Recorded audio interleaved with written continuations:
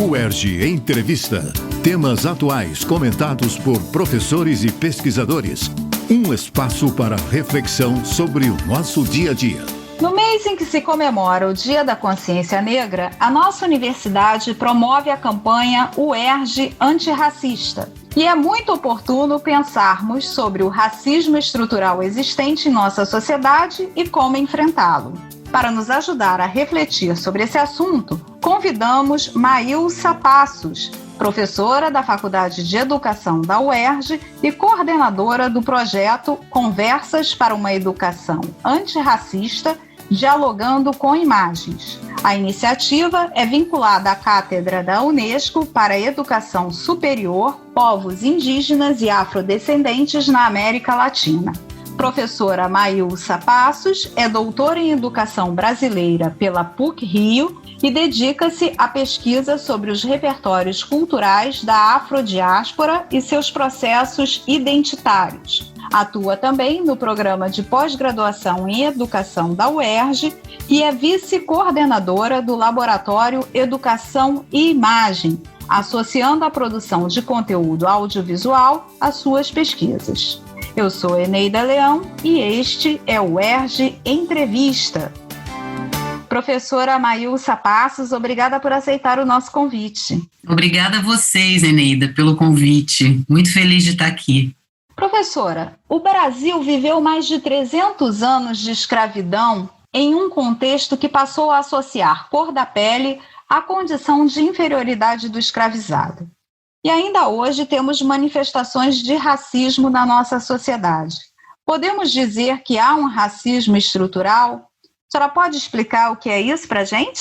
O racismo estrutural, como eu entendo, eu gosto de usar sempre a imagem que eu acho bacana para entender, é a imagem do emboço de uma parede. É uma massa, você vai construir uma parede, você coloca os tijolos, entre os tijolos você faz uma massa e você dá a liga dos tijolos com aquela massa que, uma vez terminada a parede, a massa desaparece. Você não vê a massa, mas ela está lá e ela é o que organiza aquela parede, que estrutura a parede, né? Então, o racismo na sociedade brasileira, no meu ponto de vista, é um pouco isso, né? É como se fosse uma massa que liga os tijolos da sociedade, e a colonialidade, que daqui a pouco a gente vai falar melhor sobre ela, passa uma tinta fina para esconder que essa massa está ali, né? Para disfarçar a massa, mas a massa está estruturando as nossas relações e a sociedade brasileira. Daí, no meu ponto de vista, vem também a invisibilidade do racismo, o silenciamento em torno dele. É porque ele está escondido nas nossas entranhas, mas isso não quer dizer que a gente não possa lutar contra ele e extinguir ele definitivamente da sociedade. Só que isso exige um trabalho grande de todos, né? Já que, como eu falei, tem a questão da invisibilidade que está aí presente, do disfarce, né? Do silenciamento sobre ele. E como a gente pode identificar, então, professora, essas manifestações racistas que estão, de uma certa forma, dissimuladas nas relações sociais? A gente pode identificar, vou dar alguns exemplos aqui. O primeiro deles é a gente não ver como legítima pessoas negras, ou pardas, né, negras, em determinados lugares da sociedade. Quando você chega num hospital, por exemplo, e você procura por um médico negro ou uma médica negra, raramente, é muito difícil você encontrar um médico negro ou uma médica negra. E quando você vê, você pode achar que é uma enfermeira, um outro funcionário do hospital, nunca você vê como um médico, né? Então, tem alguns lugares de poder e saber na sociedade em que as populações negras, que são a maioria na população brasileira, né, do último censo, mais de 50%, do último censo do IBGE, elas não estão presentes nesses lugares de saber e poder. No entanto, estão presentes em lugares de subalternidade. Isso é uma construção social. E ninguém estranhar isso, ou as pessoas estranharem, se a gente estranha isso Isso é o racismo estrutural, isso é o racismo na sociedade brasileira que aparece invisibilizado. A outra questão, por exemplo, o índice de jovens negros mortos diariamente no Rio de Janeiro, no Brasil, né, que são assassinados, às vezes até pelo Estado. Né? E a gente, num primeiro momento, até se sente, mas era um jovem e tal, e aquilo passa e vai vir o próximo na semana que vem, amanhã, e vem o outro, e ninguém, assim, a nossa indignação em relação a essas mortes, esses assassinatos, é zero, né? É muito efêmera, né? É muito efêmera. Passa, sabe? Passa. Agora, sendo isso tudo naturalizado, né? Digamos assim. A gente naturaliza e a gente não sofre a morte de um jovem negro como sofre a morte de um jovem não negro, de um jovem branco, de um jovem de classe média alta na sociedade. É muito diferente. Se você começar a observar isso, você vai ver que a sociedade reage de forma distinta. Então, isso é uma marca forte desse racismo estrutural também. Um conceito também que vem sendo muito usado e discutido atualmente é o da decolonialidade. O que ele significa?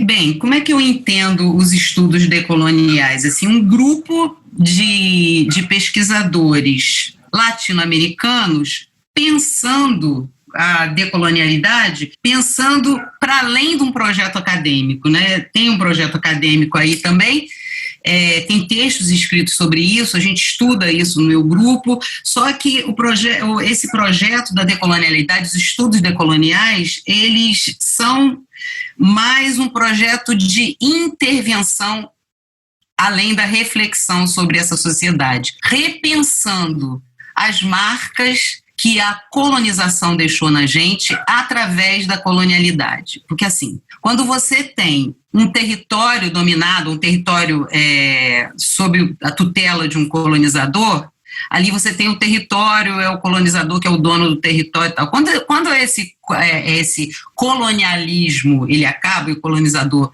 volta para os seus lugares de origem ou vai para outros lugares, né, o território colonizado e as pessoas desse território colonizado, elas constroem a sua subjetividade, as suas relações a partir da colonialidade. Ou seja, mesmo quando não existe mais a figura do colonizador no território, existe nas nossas mentes, nos nossos corações, nas nossas formas de pensar, nos nossos sentimentos, nos nossos modos de ver o mundo, a presença dessa lógica colonial, dessa ordem colonial. Isso é a colonialidade. E os estudos decoloniais, né, eles se propõem a pensar essa sociedade, né, do Sul, a América Latina, por exemplo, quais são os modelos de colonialidade, dessa ideia de que existe um pensamento melhor, universal, e esse pensamento é o pensamento do colonizador, ou esse modo de ser e de ver o mundo é o modo de ser e de ver o mundo do colonizador.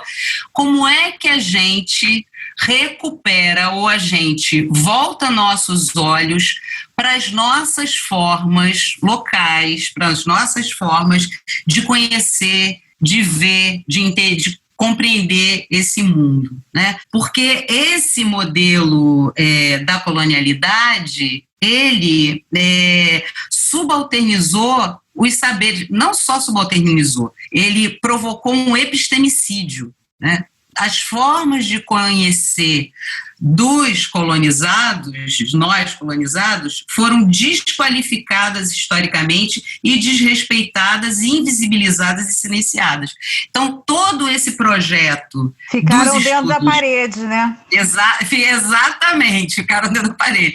Todo esse projeto dos estudos da decolonialidade é no sentido de pensar, fazer ver, discutir, trabalhar com as emergências desses outros saberes silenciados e visibilizados, né? Que são os saberes nossos, locais aqui, da América Latina, do Brasil, enfim. Professora Maílsa, um outro conceito que também vem sendo muito discutido é o do colorismo. A que ele se refere? Olha só, o colorismo, essa discussão do colorismo, ela surgiu a partir de um texto da Alice Walker, que é uma escritora norte-americana, não me lembro agora qual é o texto, mas traz uma ideia de que quanto mais preto, mais racismo você vai sofrer. E conforme isso também tem a ver com um projeto de embranquecimento do Brasil iniciado lá no início do século XX, né? E um projeto de falsa democracia racial também iniciado nesse mesmo período, através do conhecimento científico, das artes, enfim. No meu entendimento, isso é toda uma discussão, né? No meu entendimento, essa discussão do colorismo, ela é muito complexa e muito complicada no Brasil. Porque se você entende que existem pessoas que sofrem racismo, um racismo mais acirrado em função do seu tom de pele, e isso não deixa de ser verdade, mas isso vira um problema quando você, no Brasil, que é um país onde houve muita mistura mesmo de raças, né? Como você diz que a pessoa que tem o tom de pele mais clara, que tem as marcas da negritude em seu corpo, né? Porque, assim, o racismo no Brasil, ele tem 2 índices importantes, e isso diferencia o Brasil até de outros países, que é a textura dos cabelos e a cor da pele. Né? Então, o colorismo vai dizer assim, se você consegue escapar de pele mais clara, como eu, que sou uma mulher negra de pele clara, se você consegue escapar do tom, né, da melanina acentuada, como diria o Alder Anunciação, que é um teatrólogo jovem, fantástico, que cunhou isso, de que eu gosto muito, se você nasce com a sua melanina menos acentuada, você é menos vítima de racismo. Só que, assim, os meus estudos que já faz mais de 20 anos que eu estudo isso, estudo repertórios das populações afro-brasileiras, né? As pessoas que têm a pele mais clara e o cabelo crespo, ou o cabelo liso e a pele e o tom de pele escura, elas sofrem racismo também. Elas têm histórias traumáticas, terríveis de racismo e traumáticas para a formação da sua própria subjetividade e até para a negação de uma negritude que está nela, entendeu? E aí é que eu acho muito complexo, muito complicado fazer essa distinção, sobretudo no Brasil. Porque, primeiro, porque assim, de certa maneira e isso não sou eu que estou falando, eu ouvi outro dia de Sueli Carneiro, né? Na verdade, você se fecha na luta com outros irmãos, você perde parcerias, né? E isso não é interessante nesse momento. Eu acho que a luta antirracista é uma luta da sociedade brasileira.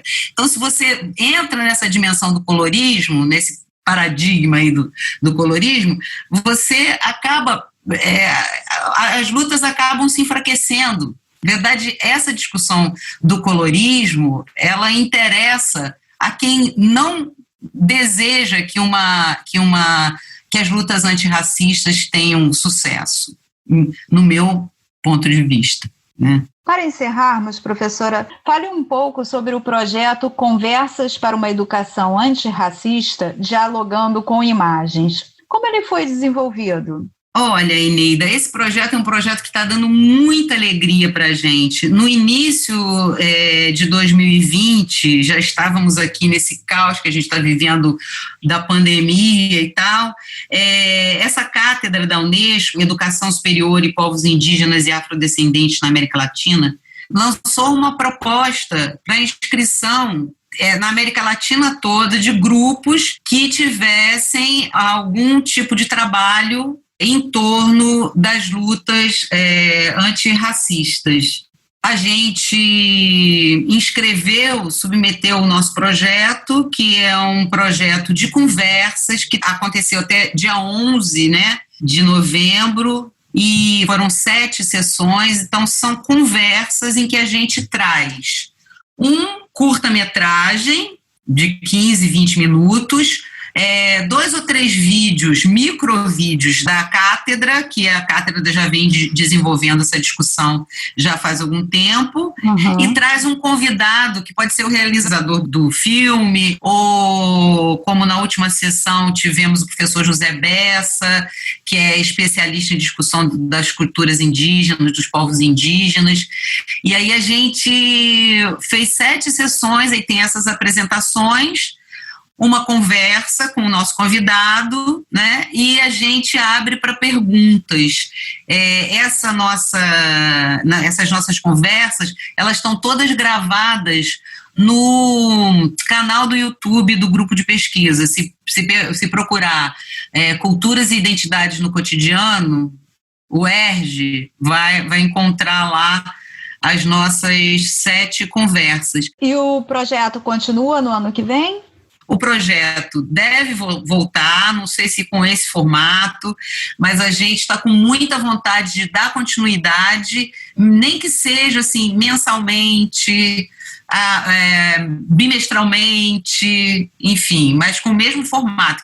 Vamos ficar na torcida. Professora, muito obrigada pela sua participação. Foi um prazer enorme tê-la aqui. Pena que o tempo é curto e a gente queria aprofundar mais, mas não dá. Mas quem sabe a gente marca uma outra entrevista. Sim, com prazer. É só marcar que a gente conversa. No ERJ Entrevista de hoje, conversamos com a professora Maílsa Passos sobre o racismo estrutural. Acompanhe a Rádio ERJ em www.cte.erj.br/Rádio ERJ e siga-nos no Facebook, no YouTube e nas principais plataformas de podcast. O ERJ Entrevista. Produção Rádio ERJ. Realização Centro de Tecnologia Educacional, CTE.